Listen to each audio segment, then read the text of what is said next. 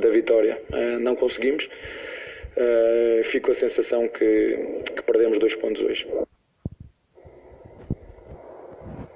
O Zinho concorda com o Abel, professor Celso Zé. Você concorda também? Eu também concordo. E não é só. Olha a história desse jogo, William. Um Palmeiras muito melhor que o Corinthians, que faz um gol logo, e aí, de repente, não joga mais. Não joga mais. No primeiro tempo, à exceção de um chute no pé da trave do Scarpa, o Palmeiras sumiu do jogo. Então é aquele resultado que eu sempre brinco, né? Eu falo, foi 1-1 pro Corinthians. Se você perguntasse pro corintiano na véspera desse jogo o que ele esperava dessa partida, ele ia te dizer que era perder de pouco, que era ver o time se esforçando. E o Corinthians conseguiu até mais do que isso. O jogo acaba com o corintiano pensando, se tivesse um pouquinho mais de time. Um time mais maduro, um trabalho mais maduro, enfim, todas essas coisas que influenciam, né? E eu não gostei também da coletiva do Abel, porque durante a coletiva ele fala, parece que ele viu um jogo. E eu não gosto quando o técnico se dissocia do que o torcedor sentiu. O sentimento do torcedor palmeirense era de que realmente o time ficou aquém. Ele supervalorizou as poucas jogadas, falou que num clássico aparecem poucas chances de gol. Não é fato. O time dele ganhou de 4-0 num Corinthians parecido com essa situação não faz muito tempo. Então o Palmeiras ficou devendo, sim.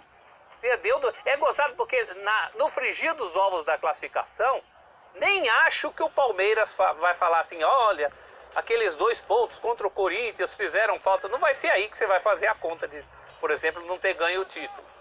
Os 2 pontos, o ponto, né? O ponto, no caso, um para cada um. O ponto foi muito mais importante para o Corinthians, para o campeonato que ele disputa. Não é nem a situação do ponto perdido. É como isso aconteceu, né? O quanto que o Palmeiras deixou a desejar num jogo em que é francamente melhor que o seu maior rival, sai na frente cedo, dá a pinta de que poderia fazer um pouco mais, e aí, como diria o poeta, fenece. O Palmeiras feneceu nessa partida. E é isso que o torcedor palmeirense não perdoou no sábado. Que bonito, professor. Ô Facinca, empatar com esse Corinthians aí em casa é perder 2 pontos? O Palmeiras perdeu 2 pontos, claro que sim. E não porque o Corinthians só é inferior ao Palmeiras, pela postura do Palmeiras mesmo. O Corinthians é quem foi buscar o resultado na inoperância de uma equipe que em campo simplesmente precisa já há muito tempo se reoxigenar. E aí é questão também muito de características de elenco, de alguns jogadores.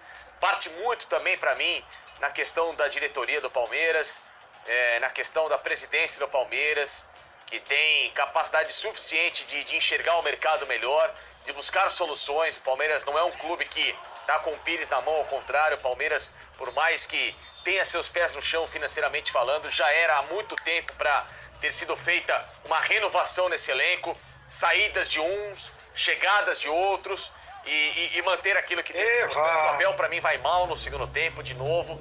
Ele abre mão do Gabriel Menino, sabe?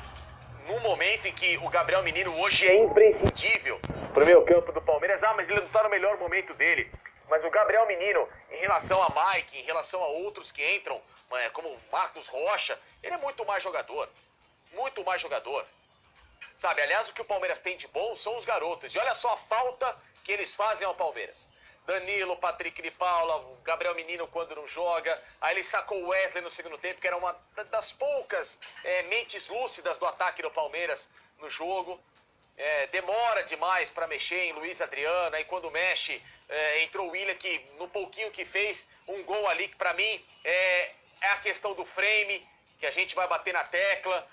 Tudo bem, o impedimento, ele é uma regra matemática. Se me provar que estava 0,1 centímetro à frente, eu não contesto mais nada. Mas é aquela coisa, a impressão que dá mesmo no frame à frente é de mesma linha. Mas tudo bem, isso aí não vai mudar. Isso aí... Oi? Não tem como provar, você tem razão. Não tem. Exato, sim. Mas eu não estou aqui relativizando. Sim, você tem... Você tem razão, você tem razão. É um negócio ali muito milimétrico e que a ciência ainda não está avançada a esse ponto. Mas eu não estou relativizando o resultado, não. O Palmeiras foi prejudicado. Gente, nada. O segundo tempo do Palmeiras foi o segundo tempo que o Corinthians fez para merecer o resultado. Entendeu? De um erro triplo de defesa, de um Vitor Luiz completamente mal posicionado lá na lateral esquerda, que abre espaço para infiltração do Mosquito. O Felipe Melo, que não acompanha a entrada do Gabriel. E o Luan, que tá ali na zaga para variar, como sempre, marcando o nada. Então foi um erro assim. Aliás, abrir espaço pro Mosquito nesse jogo é um crime, né? Porque a bola mais cantada do jogo não, que total, exatamente. Era a única. O segundo tempo inteiro foi dele. Segundo tempo inteiro foi dele. Mas é o risco que eu falo. Você pode ter o Gustavo Scarpa com o Rafael Veiga, mas não necessariamente os dois como os volantes de base do Felipe Melo. Não adianta nada. Não é característica deles de marcação. Você nunca pode deixar o Felipe Melo hoje exposto. Ou você, é o que eu falei, o Felipe Melo para jogar no time do Palmeiras e funcionando, porque ainda vejo um jogador com uma boa saída, é você infiltrá-lo no meio da zaga, com 2 zagueiros, você faz a proteção à frente dele e ele joga numa espécie de líbero. Ok, funciona. De resto, diferente disso, vejo um jogador que vai ter muita dificuldade. Pela cadência hoje que o corpo dele já reproduz dentro de campo, é um jogador que fisicamente não consegue mais acompanhar esse ritmo. Você colocá-lo sozinho, como toda vez faz o Abel, você arrisca o jogador e arrisca o time. Então aí o erro tá na conta do técnico, nesse sentido, de, sabe, não ler da forma que ele precisa o jogo, a insistência em atletas que já nitidamente não entregam mais e não vão entregar com a camisa do Palmeiras. E aí também vai partir da conta da diretoria, que precisa ofertar ao técnico uma nova opção, como ele mesmo já cobrou em relação a reforços. Ô Sormani, eu tava hoje na reunião, nossa reunião de pauta, e tem os corintianos na reunião, pensando, olha, tá melhorando o negócio, porque o Silvinho já ganhou do América 1-0, não classificou com o Atlético Goianiense, mas segurou 0-0 e foi buscar o empate com o Palmeiras. Aí alguém falou assim, os caras estão comprando a ideia do Silvinho. Aí deu um silêncio assim na reunião, Sormani. E alguém falou assim, mas qual é a ideia do Silvinho? E ninguém soube responder. Vamos ouvir aqui na sequência. A gente tem o Silvinho aí? Temos?